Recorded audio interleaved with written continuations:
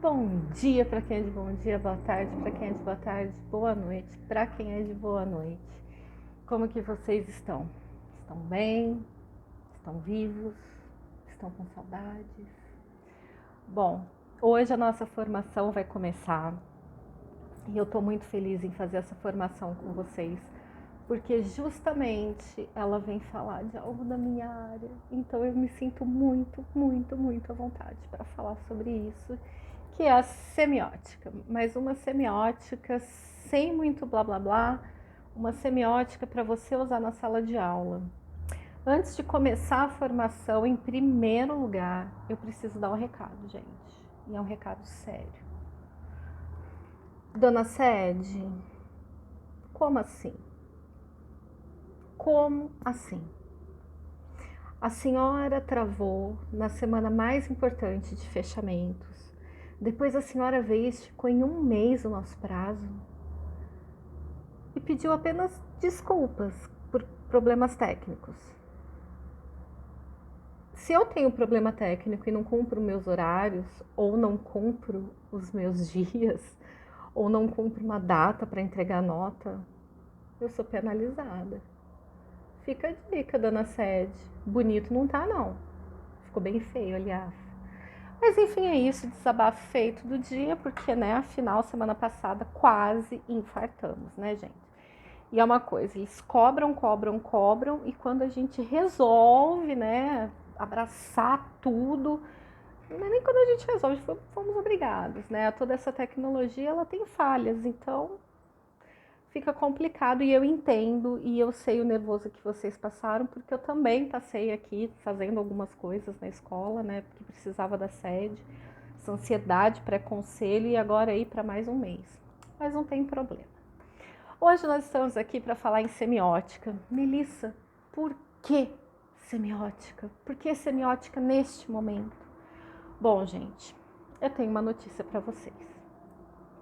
Agora a área de ciências humanas vai entrar na recuperação também, né, na semana de recuperação de estudos, que é aquela semana B do ATPC. Passei o recadinho bonitinho lá no grupo dos PEBs, vão lá ver, né? Só o meu amorzinho que falou, ok, eu li, tá? Foi um pouco mais para cima daquele de sexta-feira, dá uma olhadinha lá que tem lá o recadinho dos ATPCs. Que depois chega no dia da TPC, começam assim, que hora começa? Onde vai ser? Como vai ser? Então, tá lá, tá bom? Tá lá. Sobe assim, o grupo tá lá. Então, vamos falar sobre a semiótica, porque a semiótica, ela vem embasando o segundo bimestre.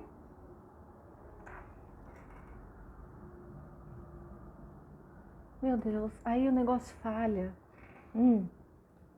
Né?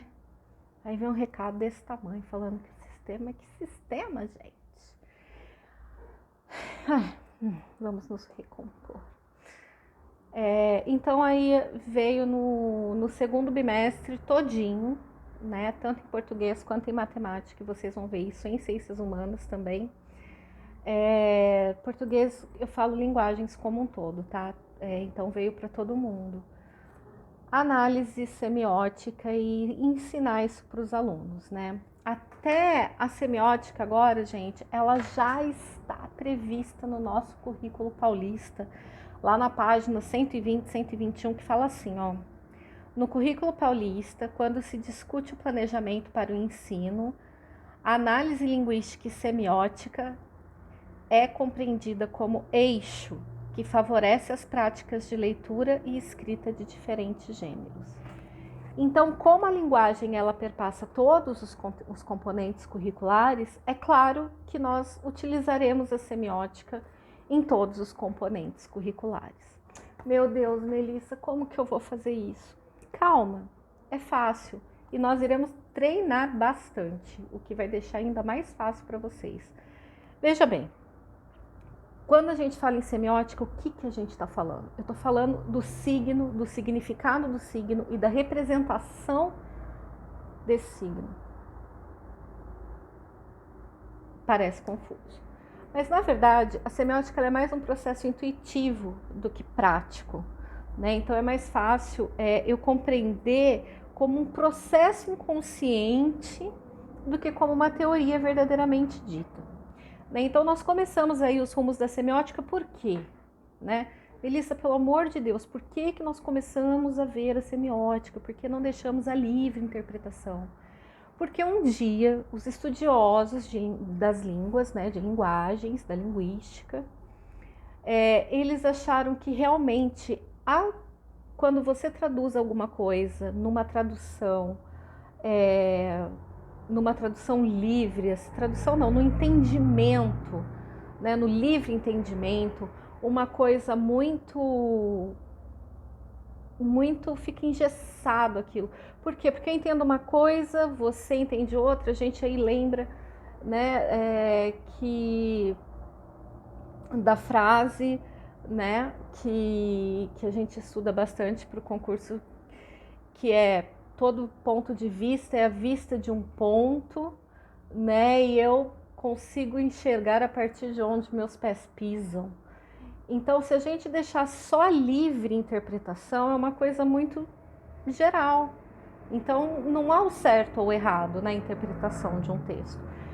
Mas quando a gente começa a traçar parâmetros para essa interpretação textual, que é a semiótica, eu consigo realmente ali extrair do texto o que ele realmente quer dizer. Quem começou com isso tudo foi o Saussure, né, o pai da linguística. Aí depois nós viemos caminhando, né? Nós tivemos Janslev, depois nós tivemos Bakhtin e tivemos também uma criatura, gente, eu vou falar para vocês, eu vou contar esse segredo que eu não deveria contar. Nós temos o Peirce. O Peirce, ele referenciou muito a semiótica para nós e muito da semiótica que está no currículo, né? No currículo paulista nesse momento vem dele. E o Peirce, veja bem, ele não era linguista. O Peirce era um filósofo, um matemático, um físico. E ele achava que a interpretação de tudo que se vê na vida deveria ser uma coisa mais estudada, mais esquematizada. Tá vendo? Quando eu falo que essas pessoas da matemática, elas têm uma visão assim, eles, viu? Foi o Peirce, tá? Depois eu vou deixar aqui uma bibliografia para vocês poderem pesquisar por si mesmos. Tá? Então, nós temos todos esses pensadores e vem convergir no que nós hoje entendemos por semiótica. Na verdade, né, o que nós precisamos entender eu não preciso saber a teoria da semiótica, eu não preciso ter isso na ponta da minha língua para eu trabalhar isso com os meus alunos. Como eu disse, é um processo intuitivo, é um processo ali que ele busca um fluxo de consciência, é um processo que nós já fazemos. Isso tem o lado bom, que é o lado ótimo, que é você formar realmente um aluno que ele sabe o que está lendo, que ele entende o que ele está lendo. E tem a parte que não é tão boa, porque depende dos textos que meu aluno lê, ele vai ter um tipo de formação. Entenderam? Então, aquela jogada, que texto que está na apostila? É só aquilo que a gente vai ler? É só o material que o Estado mandou que nós iremos ler? É só esse entendimento que meu aluno vai ter de mundo? Então, quando falamos de leitura de mundo, porque é a partir da leitura de mundo que o indivíduo se estabelece, que ele vira um ser social, né? Que ele interage com as pessoas. Então, isso é seríssimo. E o que me deixou muito intrigada foi colocarem a semiótica como semiótica em matemática, como vocês verão no TPC dessa semana. Matemática já vem aí com o auxílio da semiótica para os alunos entenderem os problemas matemáticos. Então, isso é uma questão séria, é uma questão pungente. O meu aluno ele precisa saber ler para ele saber realizar as atividades. Né? E o aluno, essa defasagem da competência leitora, nós já vemos há muitos anos. E agora ela está estabelecida em todos os componentes curriculares e em todas as áreas do conhecimento. Então, para mim, como professor, eu preciso achar um jeito, traçar uma estratégia para que o meu aluno realmente ele fique tranquilo no momento de ler um texto e fazer o seu entendimento. Isso não vem do dia para a noite, isso não é uma coisa que nós conseguimos fazer com um passe de mágica, isso nós temos que ensinar para os nossos alunos, tá? O primeiro ponto que eu tenho que saber é o seguinte: todo texto ele é uma narrativa. Como assim? Nós temos dissertações e temos músicas e temos tanta coisa, mas todo texto ele conta uma história. O que justifica um texto é justamente essa história que é a base da nossa comunicação. Então, por exemplo, este ATPC que estou fazendo hoje para vocês, ele também é uma história. Ele é uma história que veio para ser estudada, que vai ser implementada, mas ele também pode ser contado como uma narrativa. Né? Não que ele tenha todos os elementos da narrativa, mas todos os textos são principalmente narrativos. Eles podem pertencer a outras categorias, a outras tipologias textuais, mas ele está ali porque ele tem que contar uma história, ele está ali porque ele tem uma função de informar e de contar uma história, ainda que seja uma página de um diário, ou ainda que eu leia uma reportagem no jornal. Por que é a narrativa? Porque depende de quem escreve, e quem escreve tem sempre a ideia intrínseca ali por trás. Né? Quem usa o WhatsApp agora, principalmente com alunos ou nos seus relacionamentos pessoais, sabe que a comunicação no WhatsApp, por não ser verbal, por ser uma comunicação lida, se ela não for bem escrita, ela traz inúmeros problemas, né? Inúmeras brigas, inúmeras situações desconfortáveis das pessoas não entenderem o que a outra quer. Desde um pedido na farmácia, que de repente vem faltando 3 coisas que eu tinha pedido, até uma briga de relacionamento. Por quê? Porque a linguagem, quando ela é escrita, e ela não é escrita da sua forma que consideramos formal, ela abre espaço, abre brechas para o entendimento. Né? Então, para o entendimento da outra pessoa que está lendo. Porque eu não tenho entonação na voz. Então, às vezes, uma coisa que eu falei que não era para ser grossa, ela parece grosseria. Então, isso tudo é uma questão que a gente tem que ver direitinho no momento da comunicação com os alunos. Né? Principalmente agora que nós vamos aprimorar o estudo textual desses alunos, em todos os componentes de todas as áreas, não se esqueçam disso. Então, se você chegou até aqui, está assistindo, viu, Luzia? E está achando que isso não é para mim, é para você, porque agora a sua habilidade que você vai ter que colocar lá no seu diário digital está ligada à semiótica. Eu sabia que esse dia ia chegar para todos, gente. Eu estou muito feliz, vocês não têm noção, porque eu acho que a semiótica é tudo na vida.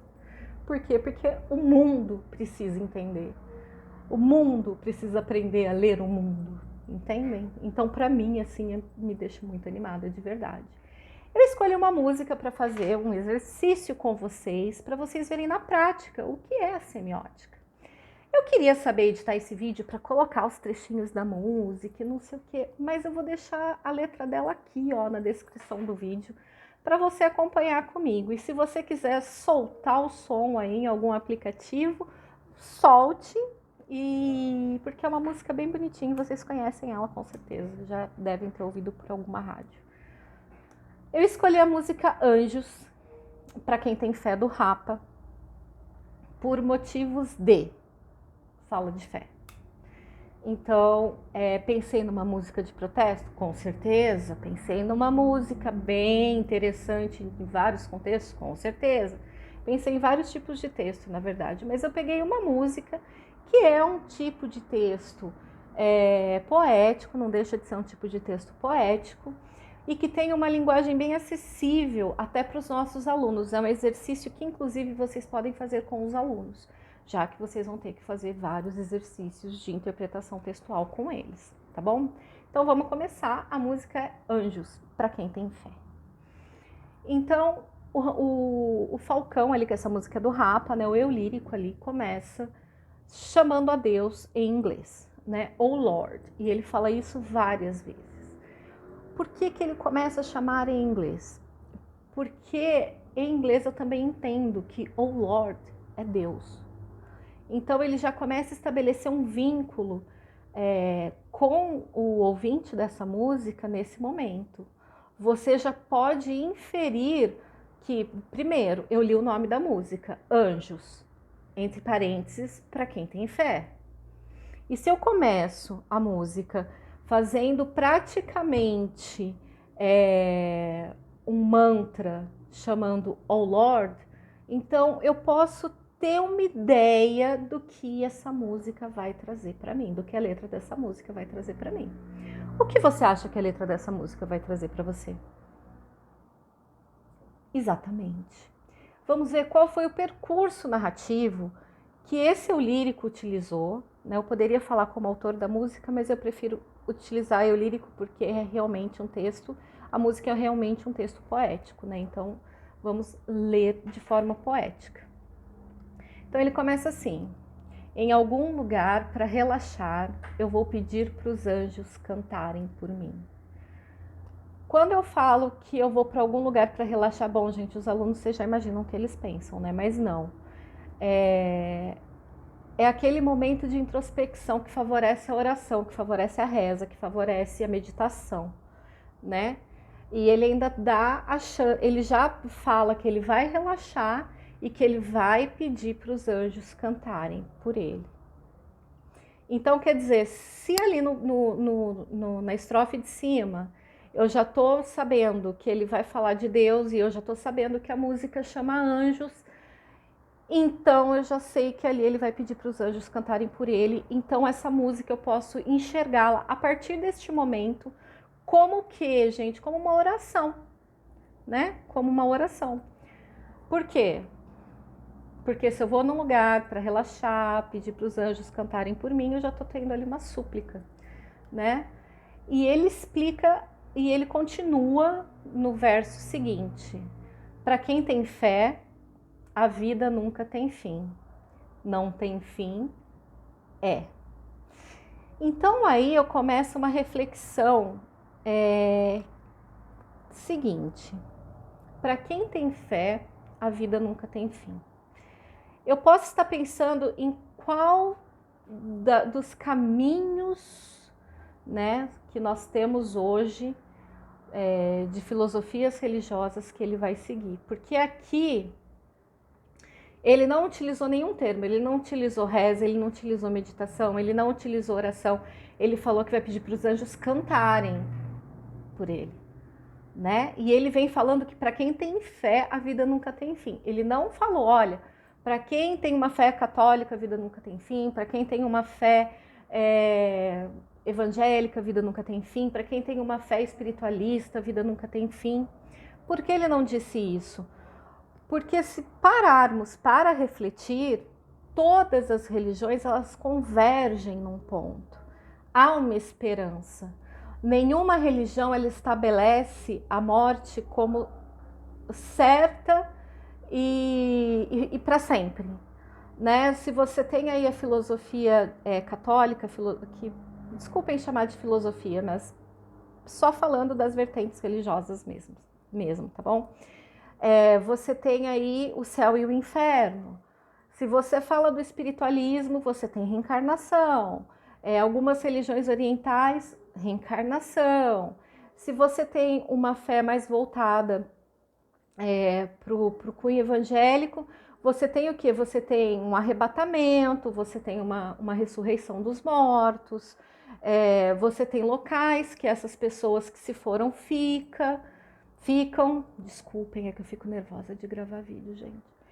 Então, quando nós temos, para quem tem fé, a vida nunca tem fim, ele abrange toda a gama de pessoas crentes, que creem em alguma coisa, né? Então, para quem tem fé, a vida nunca tem fim. Agora, para quem não tem fé, por exemplo, para quem é ateu, né, realmente fica difícil. Então, se a pessoa tem fé, a vida dela não vai ter fim. Então, vamos ver o que ele vai falar, continuar falando com o desenrolar aí dessa letra que é tão bonita. Ele fala assim: se você não aceita o conselho, te respeito. Quer dizer, se você não aceitou o conselho, qual conselho? Aqui ainda não dá para ver, vamos ler mais um pouquinho. Resolveu seguir, ir atrás, cara e coragem, só que você sai em desvantagem se você não tem fé. Se você não tem fé. Então, quer dizer, qual o conselho? O conselho de seguir uma fé. Se você não aceitou o conselho de seguir uma fé, e você vai... Ai, nossa, como eu sou atrapalhada, né? Misericórdia. Se você não aceitou o conselho de ter uma fé, de ser uma pessoa bacana ali, de ter uma fé, de ter uma conexão com qualquer entidade, Deus, filosofia religiosa que seja, você vai na cara e na coragem, tudo bem. Só que você está em desvantagem. Por quê? Porque você não tem fé. Aí eu já retomo a estrofe de cima. Por quê? Porque para quem tem fé, a vida nunca tem fim. Não tem fim. Aí ele continua falando assim, o coração dessa música, o coração desse texto, é quando o eu lírico fala assim, ó. Te mostro um trecho, uma passagem de um livro antigo. Da Bíblia? É só a Bíblia de livro antigo? Eu tenho o Alcorão também. Em várias religiões nós temos livros antigos que baseiam a religião. Desde lá da Reforma, né, que nós, aí historicamente, que nós tivemos as outras vertentes. Odair, você seria ótimo para explicar esse momento. Nós temos vários livros, né? Então não é só a Bíblia. Então ele deixa no geral. Por quê? Porque ele não está determinando uma fé em determinada religião. Ele está abrangendo. Então pode ser na Bíblia? Pode ser no Alcorão? Pode também. Pode ser de repente, sei lá, no Livro dos Espíritos? Pode, né? E em tantos outros livros. E ele fala assim, para te provar e mostrar que a vida é linda. Dura, sofrida, carente. Olha o que justifica quando ele não fala que livro é e quando ele não determina ali se ele vai rezar, se ele vai orar, se ele vai clamar. Olha aqui o ponto principal que nessa música ele determina que é para quem tem fé de uma forma geral. Ele fala assim, dura, sofrida, carente em qualquer continente. E sabemos que nos diferentes continentes, as fés elas também são diferentes. Né? Se eu pegar a Índia, se eu pegar o Paquistão, né? Se eu pegar o Japão, então todo lugar a vida é difícil, é complicada. Todo lugar as pessoas têm que batalhar, né?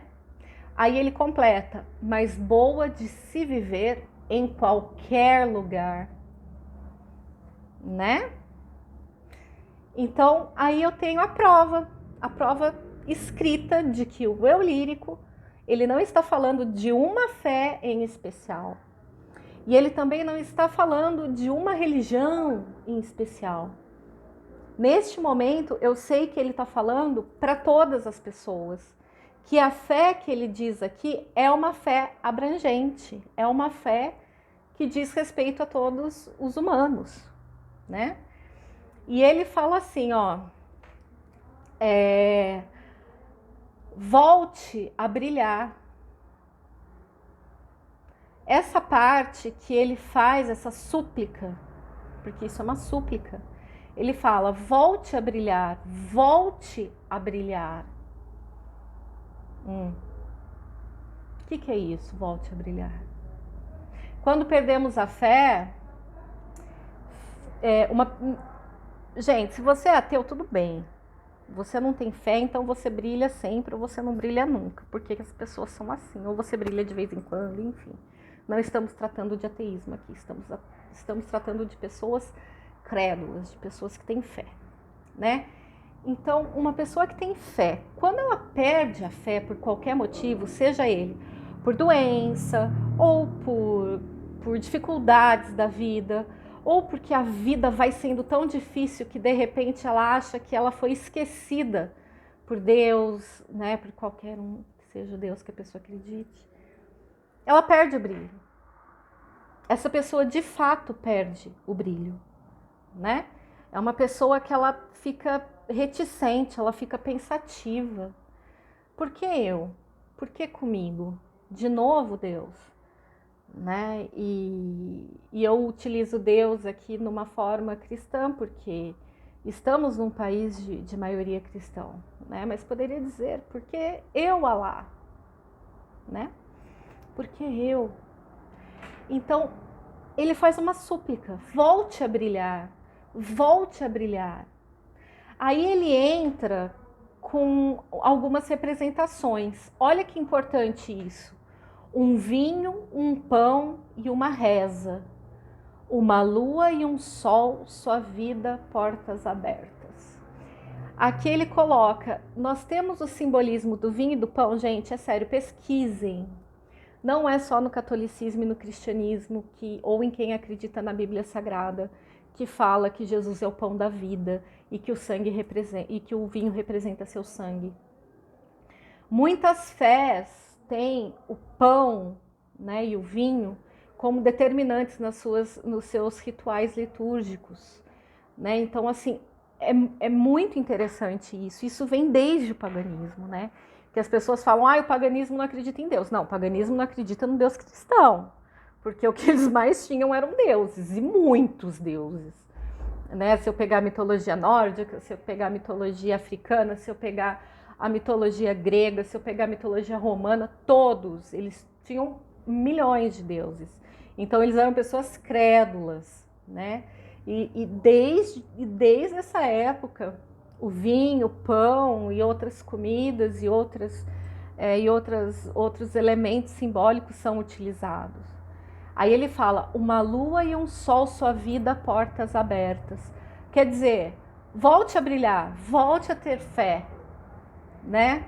Faça o seu ritual de fé. Por quê? Porque a lua e o sol também ali eu tenho uma representação maravilhosa de várias fés, né? Eu tenho no cristianismo que fala que quando o sol brilhou depois do dilúvio, ou eu tenho que então, né, no sétimo dia Deus disse faça-se o sol, né? Não sei, foi alguma coisa assim que ele disse, que foi um pouco antes dele falar que é o verbo, né? Porque ele não fala que ele é a multiplicação, não, né? Então foi mais ou menos um pouco antes dessa parte da Bíblia. Então, a hora que ele clama, que ele fala a lua e o sol, ele está atingindo a todas as pessoas, né? Porque alguns espiritualistas têm a lua e o sol como norte, né? Se eu pegar o paganismo também, a lua e o sol como norte. Se eu pegar o Wicca, tem a lua e o sol como norte.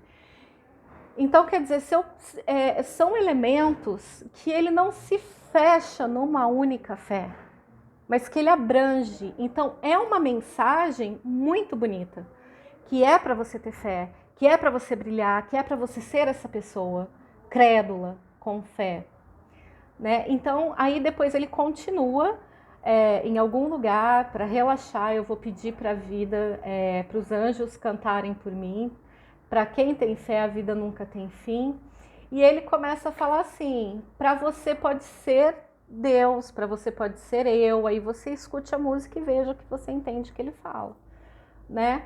E ele continua falando que em algum lugar, para relaxar, eu vou pedir para os anjos cantarem por mim. Faz o mantra do Oh Lord, Oh Lord, Oh Lord de novo. E depois ele termina com uma frase que é incrível, gente. Que eu uso essa frase, quem me acompanha no Face já deve ter visto em algum lugar, porque essa é uma frase que eu uso sempre. Que é: a fé na vitória tem que ser inabalável. Se você não acredita na sua vitória, na vitória dos seus filhos, na vitória dos seus alunos, na vitória de que sairemos desse período melhores, não melhores no sentido, bom, acho difícil o ser humano melhorar, porque o ser humano não tá dando para defender, né?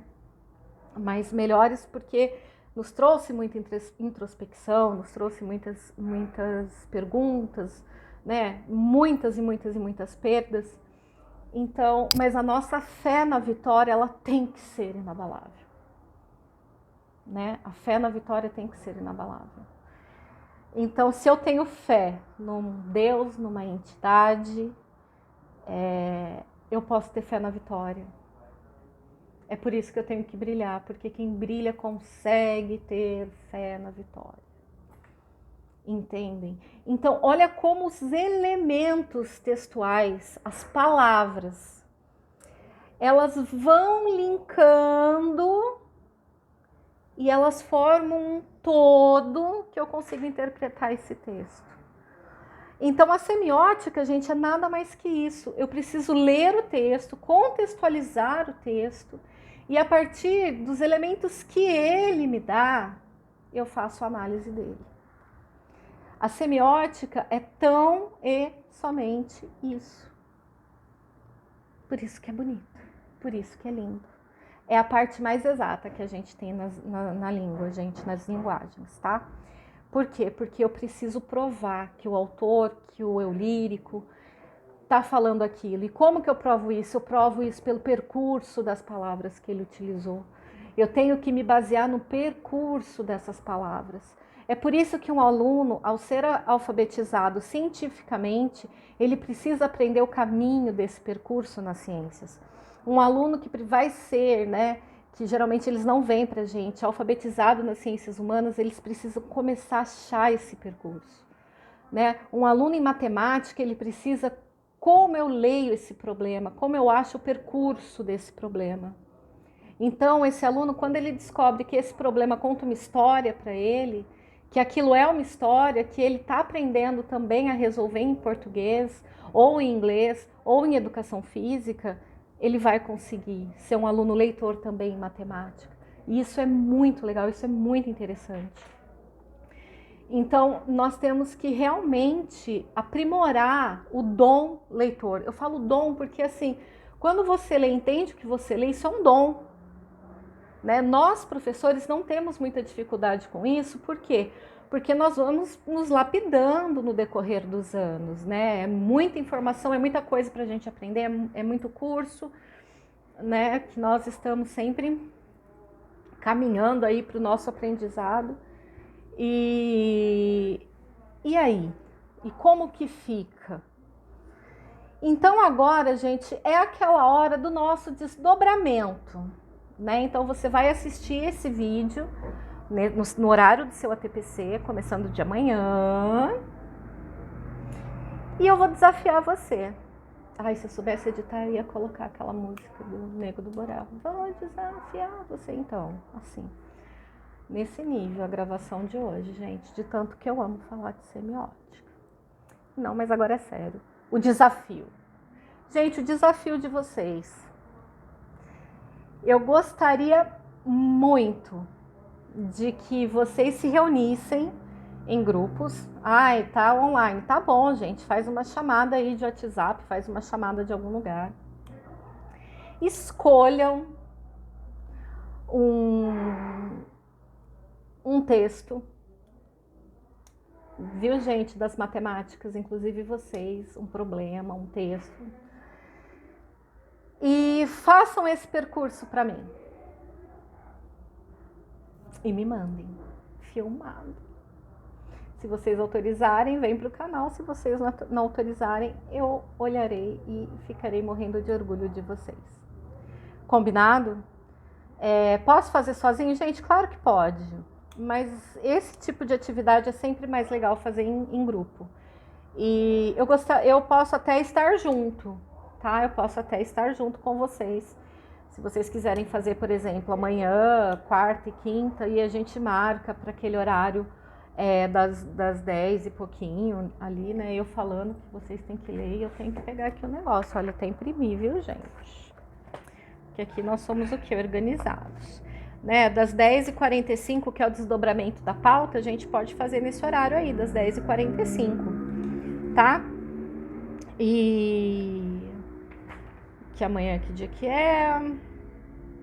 4, 5 e 6 de maio, amanhã é dia 4 de maio, então será às 10h45, podemos nos encontrar para discutir mais esse assunto, para vocês tirarem as dúvidas, podemos ficar online para que vocês falem o que pensam desse assunto, o que vocês gostariam de fazer sobre isso, né?